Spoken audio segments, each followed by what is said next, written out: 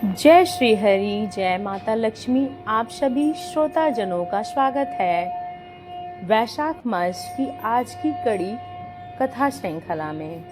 तो चलिए ज़्यादा विलंब करते हुए आज की कथा को आरंभ करते हैं। पूर्व काल में एक धर्म सुख नाम से प्रसिद्ध एक राजा राज्य करते थे। वो शत्रु विजयी थे, नीतिमान, प्रजापालन परायण और परम धार्मिक थे। उनकी 100 पतिव्रता पत्नियां थीं, लेकिन उनमें से किसी भी वंश में वृद्धि करने वाला पुत्र नहीं था। तब राजा ने ब्राह्मणों को सुखी देखकर, हे विप्रवरों, मैं बहुत सोच विचार करके 100 स्त्रियों से विवाह किया।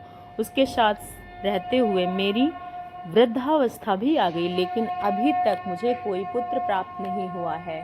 इसलिए अब मैं किस उपाय से मेरे बहुत सारे पुत्र होंगे? छोटा बड़ा, यदि उसे कोई दुष्कर कर्म क्यों ना हो, यदि उसे यह कार्य सिद्ध हो सकता है तो उसे मैं अवश्य करूंगा। राजा ने इस प्रकार पूछने पर सब ऋत्विज्ञ और पुरोहित एकत्र होकर उनसे अपना निश्चय किया। विचार प्रकट करते हुए बोलने लगे, हे राजन, कोई परम पवित्र गंधमादन पर्वत है जो दक्षिण समुद्र के बीच सेतु के रूप में विद्यमान है। वहाँ लोक विख्यात हनुमंत कुंड है जो बड़े भारी दुखों का नाश करने वाला है और स्वर्ग तथा मोक्ष रूपी फल देने वाला है।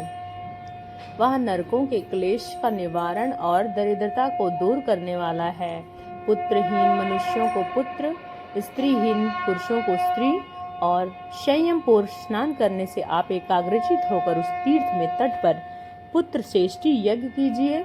उससे आपकी 100 स्त्रियों को प्रत्येक को एक एक पुत्र प्राप्त हो सकता है। यह सुनकर राजा धर्मशक अपनी पत्नियों से, मंत्रियों को, सेवकों और पुरोहित जी के साथ लेकर यज्ञ की आवश्यक सामग्री के साथ दक्षिण समुद्र के किनारे गंधमादन पर्वत पर गए। वहां उन्होंने हनुमान कुंड में सैनिकों के साथ स्नान किया। फिर इस प्रकार उन्होंने 1 मास तक ठहर कर प्रतिदिन स्नान करते रहे। तत्पश्चात वसंत ऋतु आने पर चैत्र मास में पुरोहित के साथ राजा पुत्राष्टि यज्ञ आरंभ किया। पुरोहित और ऋतुज्ञों के विधि पूर्वक सारे कर्म संपन्न किए।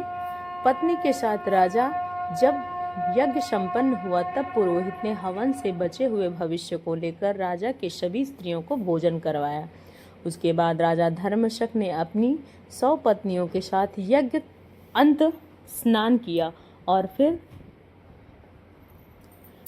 इस प्रकार यज्ञ पूरा करके मंत्री परिवार और पत्नियों के साथ वो धर्मात्मा राजा प्रसन्नता पूर्वक अपनी राजधानी लौट आए। कुछ समय में जब 10वां मास बीत हो चुका तो 100 स्त्रियों के 100 गुणवान पुत्रों का जन्म दिया।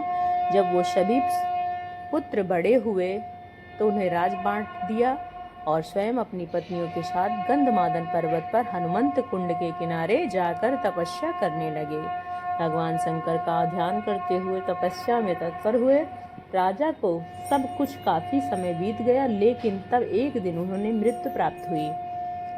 राजा एक साथ उनकी पत्नियों को भी अपनी अनुसरण किया। राजा के ज्येष्ठ पुत्र समुद्रच्युत पिता माता का दाह संस्कार करके श्रद्धा पूर्वक श्राद्ध पर्यंत सारे कर्म संपन्न किए। राजा अपनी पत्नियों के साथ बैठुलोक को गए। सुचंद्र इत्यादि सभी महातेजस्वी राजकुमार आपस में ईर्ष्या और देश का त्याग करके अपने लोक को राज। और इस प्रकार जो भी मनुष्य हनुमंत कुंड में स्नान करता है उसके समस्त पाप नष्ट हो जाते हैं। और यहाँ स्नान करने से के पश्चात एकाग्रचित होकर अगस्त तीर्थ में जाना चाहिए। साक्षात ऋषि अगस्त ने इस तीर्थ का निर्माण किया था। एक समय की बात है, अगस्त जी दक्षिण देशों में भ्रमण कर रहे थे। गंधमादन पर्वत पे गए।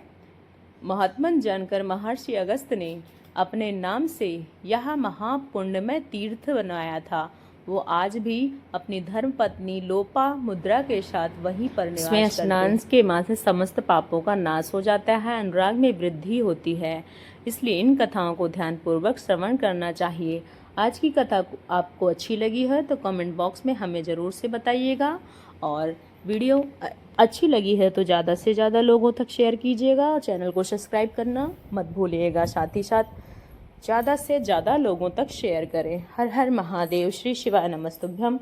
भगवान श्री हरि विष्णु और माता लक्ष्मी की कृपा आपके जीवन में सदैव सदैव बनी रहे, इसी आशा के साथ हम आपसे विदा लेते हैं। कल प्रातःकालीन वेला में आप सबके साथ पुनः उपस्थित होंगे।